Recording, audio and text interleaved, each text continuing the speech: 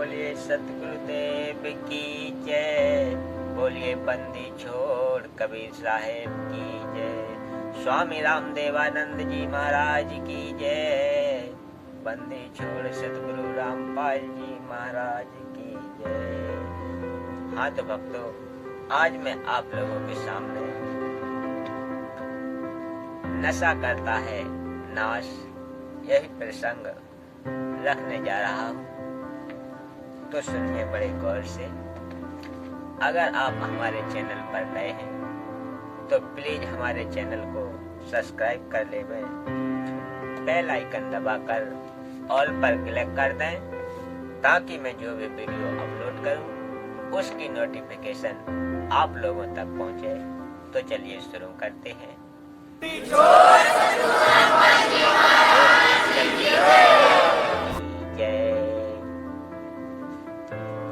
नशा चाहे शराब, सुल्फा, अफीम, हेरोइन आदि आदि किसी भी का करते हो, यह आपका सर्वनाश का कारण बनेगा। नशा सर्वप्रथम तो इंसान को शैतान बनाता है, फिर शरीर का नाश करता है। शरीर के 4 महत्वपूर्ण अंग हैं: फेफड़े, जिगर, गुर्दे, हृदय। सर्वप्रथम शराब सर्वप्रथम इन 4 अंगों को खराब करती है। सुल्फा यानी चरस दिमाग को पूरी तरह नष्ट कर देता है। हीरोइन शराब से भी अधिक शरीर को खोखला करती है। अफीम से शरीर कमजोर हो जाता है, अपनी कार्यशैली छोड़ देता है। अफीम से ही चार्ज होकर चलने लगता है, रक्त दूषित हो जाता है। क्या बात है सर, क्या बात है सर, क्या बर ये बात है। नगर गांव में भी नहीं रखें, घर की बात क्या। सेवन करना तो दूर रहा, सोचना भी नहीं चाहिए। एक व्यक्ति दिल्ली पालम हवाई अड्डे पर नौकरी करता था। सन 1997 की बात है। उस समय उसकी सैलरी 12,000 रुपए महीना थी। दिल्ली के गांव में संत रामपाल जी सत्संग करने गए। वहां एक वृद्धा अपनी 3 पोतियों के साथ सत्संग वाले घर में आई। तो नाते में सत्संग कराने वाले की चाची लगती थी। वह गांव के बाहरी क्षेत्र में प्लाट में मकान बनाकर रहती थी। वह लड़का भी उसी गांव का था जो दिल्ली हवाई अड्डे पर नौकर था। बहुत शराब पीता था, घर की ठौर पिटोहा बना रखा था। पत्नी बच्चों को पीटता था, क्योंकि उसका प्रतिदिन शराब पीकर आना। पत्नी ने टोका टाकी करी, प्रतिदिन की महाभारत थी। पत्नी बच्चों को छोड़कर अपने माँ के घर चली गई। दादी ने बच्चों को संभाला, फिर स्वयं जाकर अपनी पुत्र वधू को समझा बुझा कर लाई। उस रात्रि में वह वृद्धा अपनी पुत्र वधू तथा पोतियों सहित आई थी, क्योंकि खुद के जेठ के घर सत्संग था, इसलिए आना पड़ा। सत्संग में प्रत्येक पहलू पर व्याख्यान देना होता है। पहले परमात्मा की भक्ति से लाभ तथा न करने से हानि बताई जाती है, जो पूरे विस्तार से बताई जाती है। उस दिन वह शराबी घर आया। घर पर कोई नहीं मिला तो कुछ देर घर पर बैठा।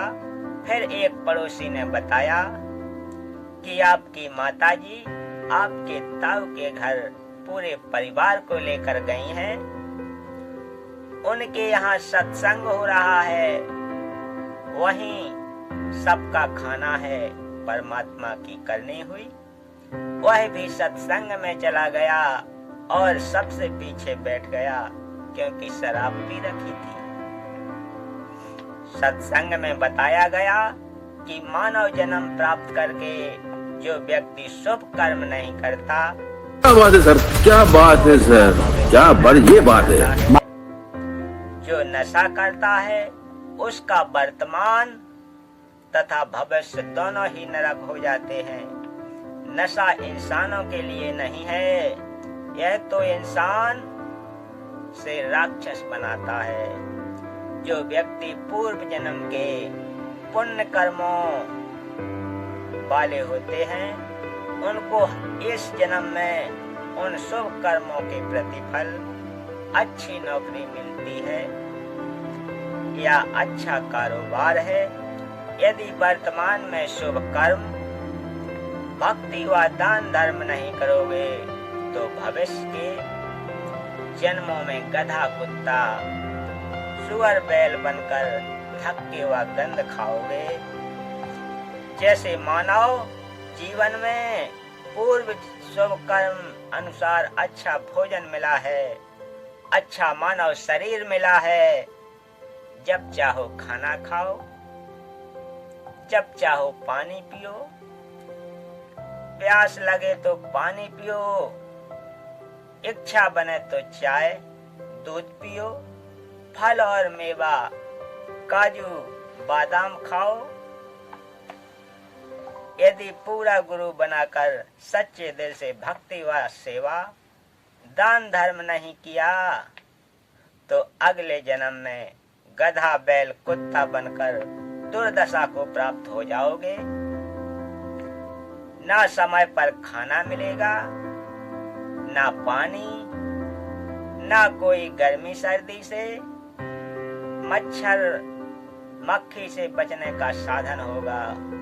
मानव जीवन में तो मच्छरदानी, ऑल आउट से बचाव कर लेते हैं, गर्मी से बचने के लिए उपाय खोज लिए हैं, परंतु जब पशु बनोगे तब क्या मिलेगा?